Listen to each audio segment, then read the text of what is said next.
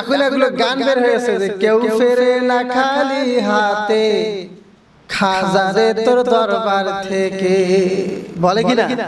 কিন্তু দেখা যায় যে দামি ফোন নিয়ে যখন খাজার দরবারে যায়, আসার সময় সে ফোন চুরি হয়ে গেছে, খালি পকেটে বাড়িতে ফিরে আসতে হয়। আমাদের দেশে এমনও ভণ্ড আছে যারা রব ব্যতীত, রবের ইবাদত ব্যতীত, তাকে সিজদা ব্যতীত তারা মানুষকে সিজদা করে। সেই মাজার পূজারী তারা তাদের পায়ে সিজদা দেয়, তারা মাজারে সিজদা দেয়। এগুলো হচ্ছে সম্পূর্ণরূপে শিরক। কি এগুলো বলেন তো? শিরক। ইবাদত পাওয়ার একমাত্র হকদার কার? আল্লাহ। আল্লাহ নবী সাল্লাল্লাহু আলাইহি ওয়াসাল্লাম বলেছেন যে আল্লাহ তাআলা ব্যতীত অন্য কাউকে যদি সিজদা দেওয়ার আপনার হচ্ছে হুকুম থাকতো, তাহলে নবী করিম সাল্লাল্লাহু আলাইহি ওয়াসাল্লাম বলেছেন তাহলে আমি বলতাম যে প্রত্যেকটা নারী যেন তার স্বামীর পায়ে সিজদা করে। কিন্তু এই হুকুমটা আল্লাহ তাআলা দেন নাই। পৃথিবীর কারো কাছে মাথা নত করা যাবে না, কাউকে সিজদা করা যাবে না, একমাত্র সিজদা পাওয়ার হকদার কে?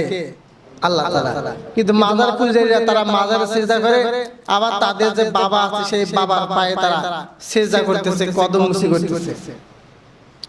মাজার পূজারী তারা আমাদের দেশে এমন কাজ করতেছে যেগুলোতে মানুষের ঈমান সব ধ্বংস হয়ে যাচ্ছে। একজন বলেই ফেলছে যে মৃত্যুর সময় ঢোল বাঁশি বাজাইতে, উনি বলতেছে যে আমার মরণকালে ঢোল বাঁশি বাজাইও দরবারির ভাইও, মরণকালে ঢোল বাঁশি বাজাইও।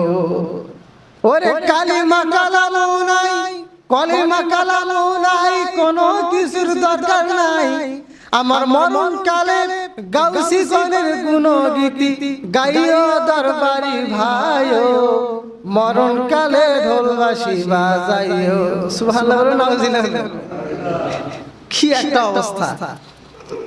কলিমা কালামু নাই, কোনো কিছু দরকার নাই, মরণকালে যেন তাদের যে পীর আছে তাদের যেন গুণগীতি গায়, আর মরণকালে যেন তারা ঢোল বাঁশি বাজায়।